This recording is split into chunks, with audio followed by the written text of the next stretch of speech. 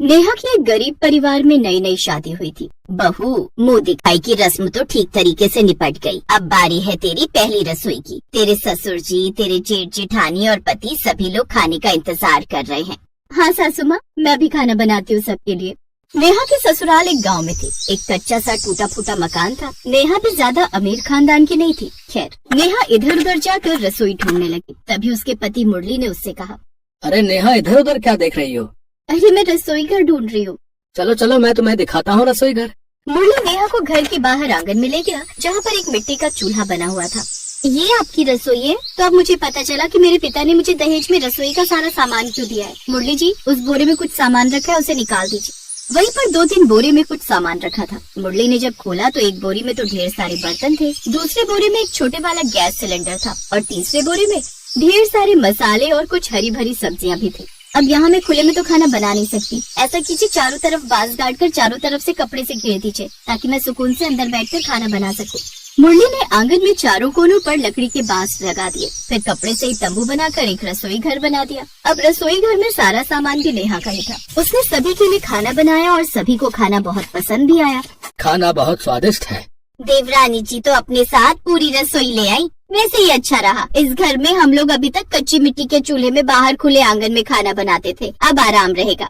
नेहा की नई नई शादी हुई थी, इसीलिए वो उस वक्त कुछ नहीं बोली। सिर्फ मुस्कुराकर उसने सभी का अभिवादन स्वीकार किया। आज नेहा और मुरली की सुहागरात थी। सुहागरात के अगले दिन सुबह सुबह उसकी जेठानी रसोई घर की तरफ गई और गैस जलाकर चाय बनानी शुरू कर दी। भाभी, ये क्या कर रही हैं आप? अरे नेहा, मुझे लगा तो थक गई होगी, इसलिए मैं ही सबके लिए चाय बना देती हूँ। वो सब तो ठीक है भाभी, लेकिन ये रसोई घर मेरा है। आपने कभी सपने में भी गैस सिलेंडर और इतने अच्छे अच्छे बर्तन देखे हैं? तुम मेरी बेइज्जती कर रही हो। अपने मायके से दहेज में रसोई का सामान क्या ले आई? खुद को बहुत बड़ी महारानी समझने लगी। नेहा ने सबके लिए चाय बनाई। जब बारी आई खाना बनाने की, तब उसकी सास भूखे से उसकी रसोई घर में पहुँच गई। चलो, ये अच्छा रहा, बहू अपने साथ पूरा रसोई घर ले आई है। तभी वहाँ पर नेहा आ गई। सासू माँ, मेरे रसोई घर में आप क्या कर रही हैं? तुम्हारा रसोई घर? ये कैसी बातें कर रही है बहू? मेरे घर वालों ने मुझे दहेज में रसोई क्या दे दी? घर की सारी औरतों की नजर मेरे रसोई घर की तरफ ही रहती है। आज के बाद कोई भी मेरे रसोई घर की तरफ झांकेगा भी नहीं। उसकी सास को कुछ भी समझ में नहीं आया। वो बेचारी सीधी सादी थी, बिना कुछ बोले वहाँ से वापस आ गई। अब दोपहर का पूरा खाना नेहा ने अकेले ही बनाया।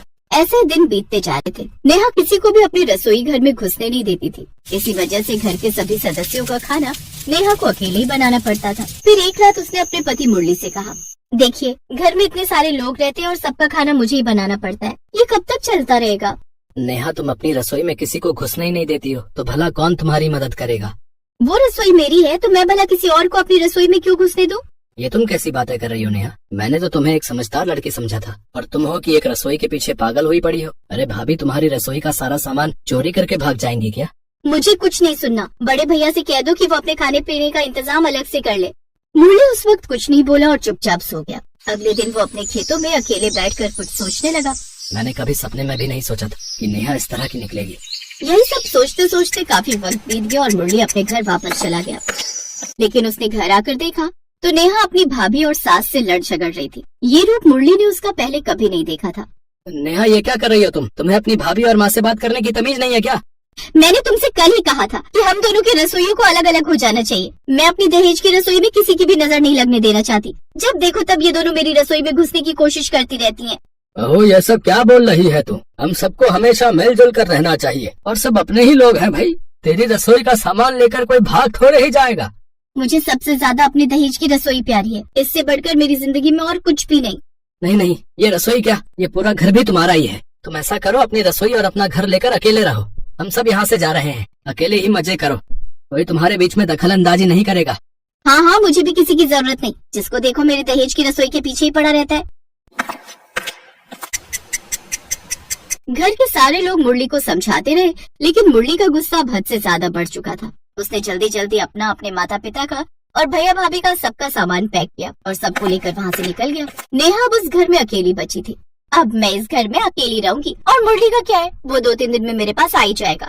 गांव से थोड़ी दूर पर मुरली के परिवार का खेत था। वहीं पर वो लोग तंबू बनाकर रहने लगे। वहीं पर उन लोगों ने कच्ची मिट्टी का चूल्हा बना लिया और खाना बनाने लगे। उन लोगों की तो गरीबी में रहने की आदत थी, इसीलिए वो लोग अपनी जिंदगी वहाँ पर फिर से उसी तरह जीने लगे। मुरली, मुझे लगता है तूने गलत किया है बहू के साथ। नहीं माँ, मैंने बिल्कुल सही किया है। इससे अच्छा तो मैं शादी ही नहीं करता। दहेज में रसोई क्या ले आई, अपने आप को बहुत बड़ी महारानी समझने लगी। नेहा को अब वो घर काटने को दौड़ने लगा। गांव की औरतें उसे ताना मारने लगी, ये देखो इस बहू को, इसको अपनी रसोई से ज्यादा कुछ प्यारा नहीं है। भगवान ऐसी बहू और ऐसी औलाद किसी को ना दे। बिल्कुल सही कहा तूने, इस घर की तरफ तो देखने में अब शर्म आती है। आज के बाद इस गली से निकलेंगे भी नहीं। तो इस तरह धीरे धीरे नेहा के घर के सामने से होकर अब कोई नहीं गुजरता था। उसके आसपास कोई इंसान तो क्या, कोई परिंदा भी नहीं जाता था। उसे अकेले अब डर लगने लगा। इस घर में तो मुझे डर लगने लगा है। 2 महीने हो गए, मुरली अभी तक लौट कर नहीं आया। लगता है मैंने कुछ ज्यादा बोल दिया। मुझे दहेज में मेरी रसोई घर पर इतना घमंड नहीं करना चाहिए था। गांव का कोई आदमी मेरी तरफ देखने को भी तैयार नहीं है। दुकान पर जाती हूँ तो दुकान वाला सामान देने से भी मना कर देता है। एक रात जब नेहा अकेले सो रही थी, तभी अचानक कुछ कुत्ते भौंकने लगे। नेहा अपनी रसोई घर के बाहर ही एक तकिया डालकर सोया करती थी। भागते हुए बहुत सारे कुत्ते उसके किचन के अंदर घुस गए। नेहा उन कुत्तों को भगाने की कोशिश करती रही, लेकिन कुत्ते नहीं माने। अचानक उन कुत्तों ने नेहा को दौड़ा लिया। इसलिए नेहा ने खुद को घर के अंदर बंद कर लिया। सुबह नेहा ने जब अपने घर का दरवाजा खोला, तब देखा कि सब कुछ बर्बाद हो चुका था। ये सब क्या हो गया? मेरा पूरा रसोई घर तबाह हो गया। अगर कल मैं कमरे के अंदर नहीं जाती तो ये कुत्ते मुझे भी मार डालते। यहाँ दूर दूर तक मुझे बचाने भी कोई नहीं आया। आज मुझे समझ में आ रहा है कि परिवार कितना जरूरी होता है। आज अगर मेरा परिवार यहाँ होता तो मेरे दहेज की रसोई बच जाती और गाँव वालों का प्यार भी मुझे मिलता रहता। अब नेहा ने फिर से कच्ची मिट्टी का चूल्हा बनाया और उसी में खाना बनाया, लेकिन अकेले उसे खाने का बिल्कुल मन नहीं कर रहा था, क्योंकि वो इलाका पूरा कब्रिस्तान जैसा लग रहा था। उसके घर के आसपास कोई आता जाता भी नहीं था। इसीलिए नेहा भी घर से भाग गई और इधर उधर भीख मांगने लगी। एक रोज मनोहर ने उसे भीख मांगते देख लिया। नेहा, तुम यहाँ भीख क्यों मांग रही हो? वहाँ पर उसके सब घर वाले भी मौजूद थे। नेहा तुरंत सबके पैरों में गिर पड़ी। उसने सारी बात अपने परिवार को बताई। मुझे समझ आ गया माँ, कि परिवार से बढ़कर कुछ नहीं। ऐसे हजारों रसोई कुर्बान है परिवार के ऊपर। चलो, कम से कम अपनी गलती का एहसास तो हुआ। चलो फिर से एक नए सफर की शुरुआत करते हैं। वो सब फिर से अपने पुराने घर लौट आए। सभी लोग मिलजुल कर प्यार से रहने लगे।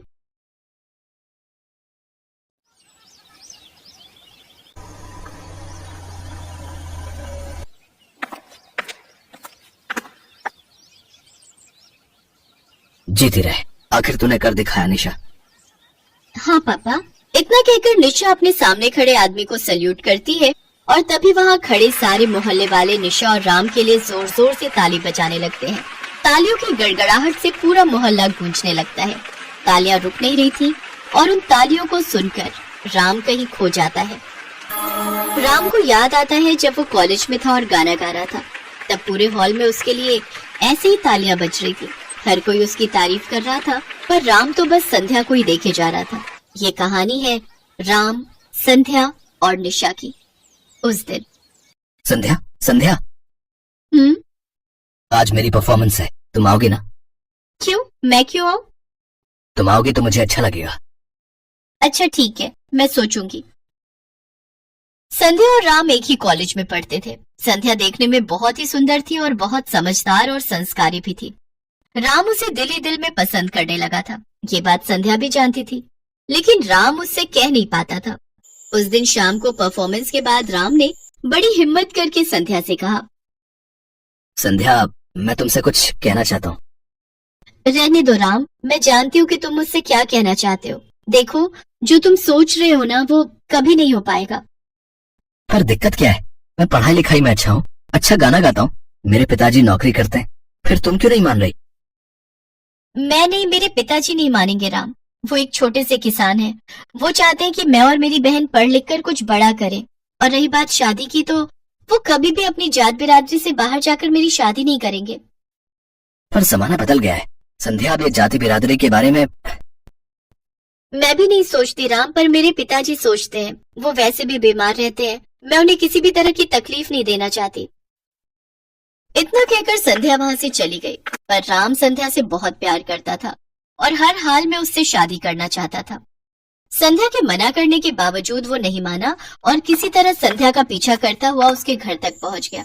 शहर से लगे एक गाँव में वो एक कच्चा मकान था। उस घर की हालत बहुत ही खराब थी। उस कच्चे घर को देखकर राम हैरान रह गया कि संध्या किस मुश्किल दौर से गुजर रही थी।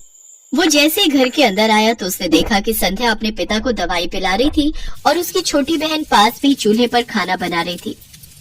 राम, तुम यहाँ? मुझे बस तुम्हारे पिताजी से कुछ बात करनी है। कौन है संध्या? कोई नहीं बाबा, वो मैं राम हूँ। नमस्ते। नमस्ते। मैंने तुम्हें पहचाना नहीं बेटा। जी मैं आपकी बेटी संध्या के साथ कॉलेज में पढ़ता हूँ। अंकल जी, मैं आपकी बेटी से बहुत प्यार करता हूँ और उससे शादी करना चाहता हूँ। इस घर की हालत देख रहे हो बेटा, मैं तुम्हें क्या दे पाऊंगा? मुझे कुछ नहीं चाहिए, बस संध्या को मेरे साथ भेज दीजिएगा।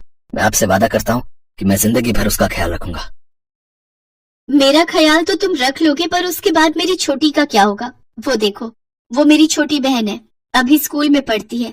मैं कॉलेज के बाद काम करने जाती हूँ, जो पैसे कमाती हूँ उसी से पिताजी की दवाई और इस घर का खर्चा चलता है, समझे? इसीलिए मैं तुमसे शादी करने के लिए मना कर रही थी और तुम सीधा मेरे घर चले आए। मेरे हालात ऐसे हैं कि मैं तुमसे क्या किसी से भी शादी नहीं कर सकती। अब हम पर तरस खाओ और चले जाओ यहाँ से प्लीज। राम वहां से चला गया।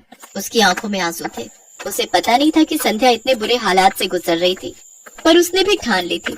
अगली सुबह वो अपनी मोटरसाइकिल लेकर संध्या के घर पहुंचा और उसे अपने साथ कॉलेज ले गया।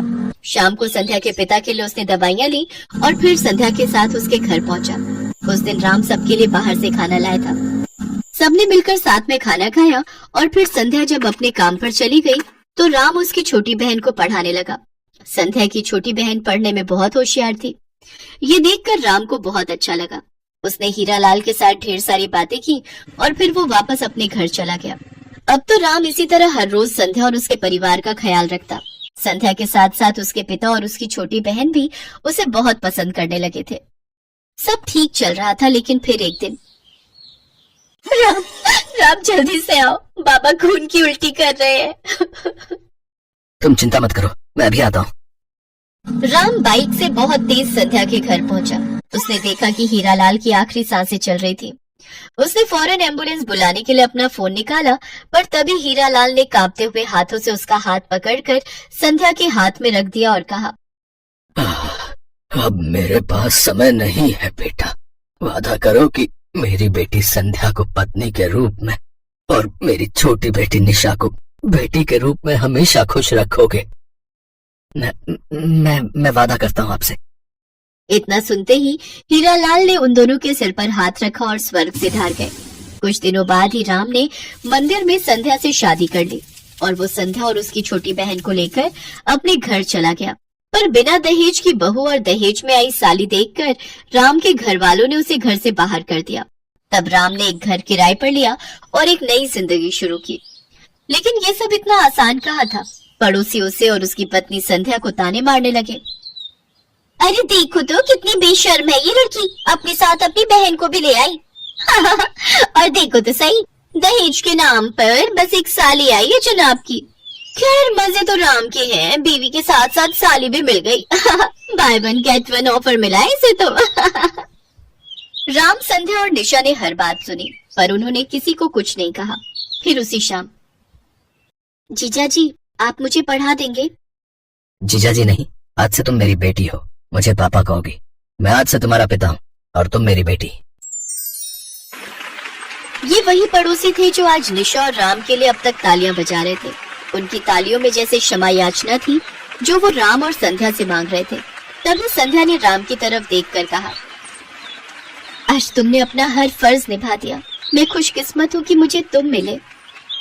नहीं संध्या, मैं खुशकिस्मत हूँ जो मुझे तुम जैसी पत्नी और निशा जैसी होनहार बेटी मिली, जिसने मेरा नाम रोशन कर दिया और लोगों के तानों को तालियों में बदल दिया।